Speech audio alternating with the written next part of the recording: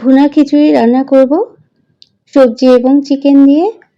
আমাদের মধ্যে অনেকেই ঝরঝরে ভুনা খিচুড়ি খেতে পছন্দ করি, আবার অনেকেই একটু নরম করে ভুনা খিচুড়ি খেতে পছন্দ করি। তো আমি আজকে চাল, ডাল এবং সবজি আর চিকেনের পরিমাণটা ঠিক রেখে, অর্থাৎ সবগুলো উপকরণের পরিমাণ সহ একেবারে ঝরঝরে করে ভুনা খিচুড়িটা তৈরি করব। এইভাবে করে ভুনা খিচুড়ি একেবারে পারফেক্ট একটা রেসিপি শেয়ার করব। খেতে কিন্তু অনেক বেশি দুর্দান্ত হয়। এইভাবে রান্না করলে আশা করছি ভালো লাগবে। তো এই জন্য আমি এখানে 300 গ্রামের মতো চাল নিয়ে নিলাম, চিনি গুঁড়ো পোলাওয়ের চাল নিয়েছি, এবং 100 গ্রাম 2 ধরনের ডাল নিয়ে নিলাম।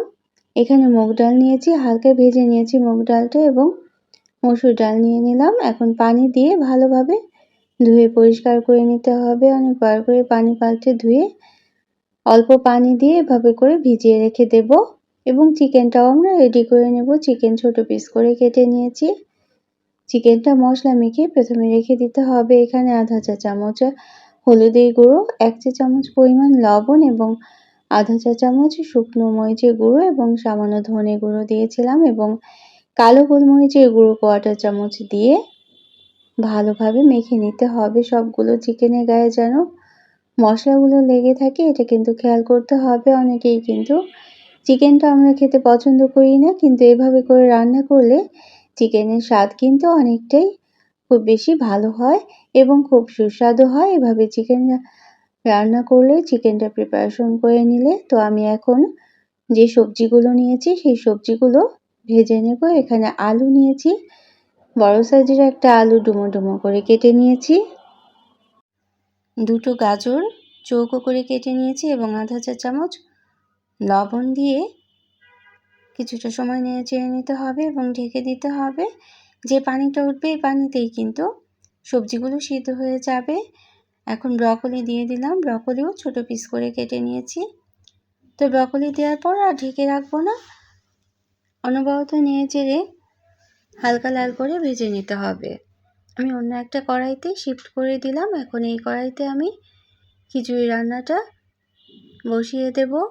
এজন্য 2টো এলাচ এবং দারচিনি, তেজপাতা, সামান্য জিরে ফোড়ন দিয়ে পেঁয়াজ কুচি দিয়ে রান্নাটা শুরু করে নিয়েছি। এখন 1.5 টেবিল চামচ পরিমাণ আদা রসুনের পেস্ট দিয়ে দেব। যেহেতু আমরা খিচুড়ি এবং মাংসের জন্য মশলাটা দিচ্ছি, তাই একটু বেশি করেই কিন্তু দিতে হবে।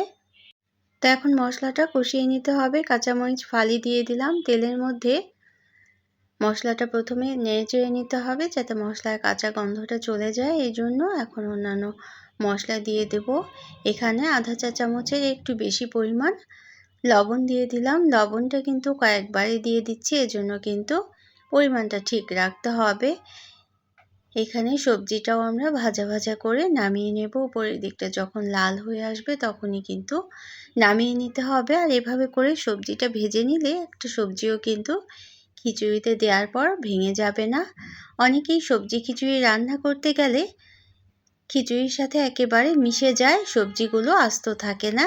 কিন্তু এভাবে করে রান্না করলে একটা সবজিও কিন্তু ভেঙে যাবে না, কিন্তু সবগুলো সবজি খুব সুন্দরভাবে সিদ্ধ হবে এবং কুক হবে।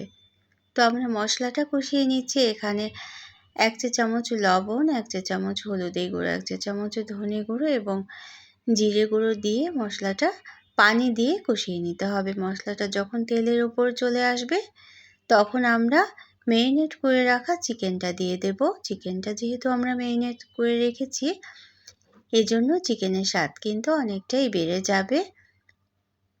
তা এখন চিকেনটা দেওয়ার পর মশলার মধ্যে অনেকটা সময় ধরে আমি কষিয়ে নেব, কোনো পানি দিব না। মশলাটার মধ্যে যে পানি আছে সে পানিতেই কিছুটা সময় নেড়ে চেড়ে কষিয়ে নিতে হবে।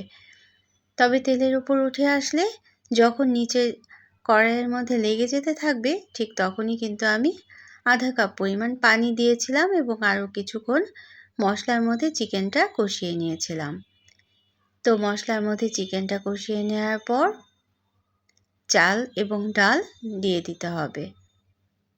তো এভাবে করে ভুনা খিচুড়ি একদিন রান্না করে দেখবেন, এটা কিন্তু খেতে অনেক বেশি সুস্বাদু হয়। এখন রোজার দিনে ইফতারিতে অথবা সেহরিতেও খেতে পারেন এভাবে করে খিচুড়ি রান্না করে। তো চাল ডাল আমি কিছুটা সময় ভিজিয়ে রেখেছিলাম এবং একটা স্ট্রেনারে করে স্ট্রেন করে রেখেছিলাম, পানিটা ঝরিয়ে নিয়েছিলাম। যেহেতু আমরা আজকে ভুনা খিচুড়ি করব ঝরঝরে করে, এজন্য অবশ্যই কিন্তু স্ট্রেনারে করে পানিটা ঝরিয়ে নিতে হবে। অবশ্যই এই কাজটা করে নিতে হবে, তাহলেই কিন্তু ঝরঝরে ভুনা খিচুড়িটা পারফেক্টলি তৈরি করা যাবে। ঝরঝরে ভুনা খিচুড়ি রান্না করার জন্য পানির পরিমাণটা কিন্তু অবশ্যই ঠিকঠাক করে দিতে হবে। এখানে আমি 300 গ্রাম চাল, 50 গ্রামের মতো ডাল দিয়েছি, এজন্য আমি 700 গ্রামের চেয়ে একটু বেশি পানি দিয়ে দেব। তো এটা কিভাবে মেজার করব, সেটা হচ্ছে আমি কাপ মেপে 3 কাপ পরিমাণ পানি দিয়ে দিয়েছি।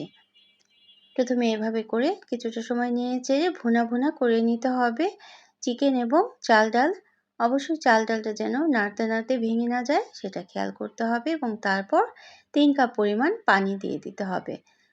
যেহেতু চাল ডাল মিলিয়ে 1 কাপের বেশি হয়েছিল, তাই আমি 1 কাপের চেয়ে ডাবল অর্থাৎ 2 কাপ এবং আরও 1 কাপ পানি বেশি দিয়েছি, কারণ এখানে চিকেন আছে এবং সবজি দেব, এই জন্যই এভাবে করেই আমি মেজারটা করেছি।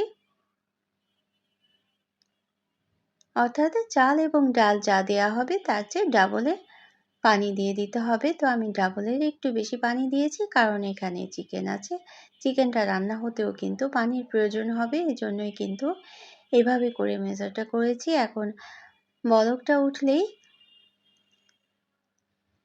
চাল ডালটা কুক হয়ে যাবে। চাল ডালটা কুক হয়ে গেলে এবং পানির পরিমাণটা কমে আসলে আমরা ঢেকে দেব, এবং অবশ্যই একটা মোটা তাওয়া দিয়ে দেব।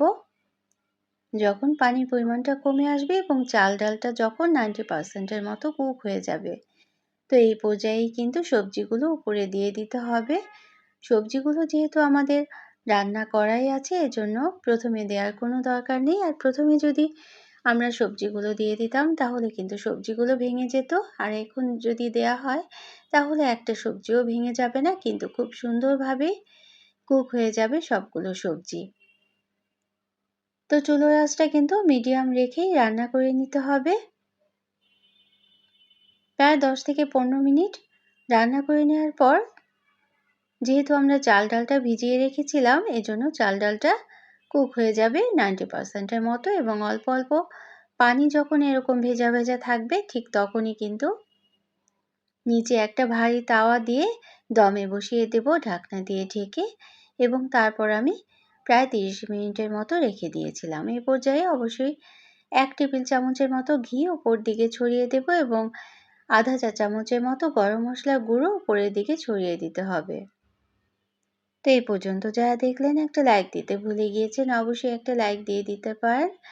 প্রয়োজনে কমেন্ট করতে পারেন এবং শেয়ার করতে পারেন ফ্রেন্ডস অ্যান্ড ফ্যামিলির সাথে। আর যারা প্রথম ভিজিট করছেন তারা চাইলে চ্যানেলটিকে সাবস্ক্রাইব করে বেল বাটনটাকে একটা প্রেস করে রাখতে পারেন, তাহলে নোটিফিকেশন পেয়ে পরবর্তী রেসিপিগুলো দেখে নিতে পারবেন। আমার চ্যানেলে আরও নিত্য নতুন অনেক রেসিপি আছে, সেগুলো কিন্তু সময় করে চাইলে দেখে নিতে পারেন। এভাবে ঘি ছড়িয়ে দিলে এটার স্বাদ কিন্তু অনেকটাই মজাদার হয়ে যাবে এবং শাহি একটা ভাব চলে আসবে এই ভুনা খিচুড়িতে। যারা ভুনা খিচুড়ি খেতে পছন্দ করেন তারা ঠিক এভাবে করে সবজি দিয়ে চিকেন দিয়ে রান্না করে দেখতেই পারেন। আলাদা করে চিকেন রান্নার কোনো ঝামেলাই করতে হবে না, ঠিক এভাবে করে রান্না করে নিলে। তো 20 মিনিট দমে রাখার পর অনেকটাই ঝরঝরে ভুনা খিচুড়ি কিন্তু আমরা পেয়ে গিয়েছি। পানির পরিমাণটা একেবারেই শুকিয়ে গিয়েছে, নিচের দিকে কোনো পানি জমা নেই, আবার নিচে কিন্তু লেগেও যায়নি। চালগুলো কিন্তু খুব সুন্দরভাবেই কুক হয়ে গিয়েছে, একটা চালও কিন্তু ভেঙে যায়নি এবং কোনো চাল কিন্তু গলেও যায়নি। তো এভাবে করে পরিবেশন করে নিলাম আজকের এই রান্নাটা। তো এতক্ষণ যারা সাথে থাকলেন সবার জন্য রইল অনেক অনেক ভালোবাসা, অনেক অনেক শুভকামনা। অন্য কোনো দিনে অন্য কোনো রেসিপি নিয়ে আসবো। সে পর্যন্ত সবাই অনেক বেশি ভালো থাকবেন, আর ফেসবুক থেকে দেখলে অবশ্যই কিন্তু পেজটাকে ফলো করে রাখতে পারেন। আমি পরিবেশন করে নিলাম এবং উপরে অবশ্যই পরিবেশন করে নেওয়ার পরও ঘি ছড়িয়ে দিতে হবে। চাইলে কিন্তু ধনেপাতা কুচিটা দিতে পারেন, কিন্তু আমি আজকে যেহেতু ঘি দিয়েছি তাই ধনেপাতা কুচি দিব না। খুব বেশি সুগন্ধি জাতীয় বস্তু দিলে ভুনা খিচুড়ির যে আসল স্বাদটা সেটা কিন্তু থাকে না, এজন্য কিন্তু ঘিয়ের সৌরভেই আজকের আমি ভুনা খিচুড়িটা রান্না করলাম। তো সবার জন্য অনেক অনেক ভালোবাসা। আমরা সবাই সবার জন্য দোয়া করব এবং অন্য কোনো দিনে অন্য কোনো রেসিপি দেখার আমন্ত্রণ রইল। সে পর্যন্ত সবাই অনেক বেশি ভালো থাকবেন। Thanks for watching. Allah Hafiz.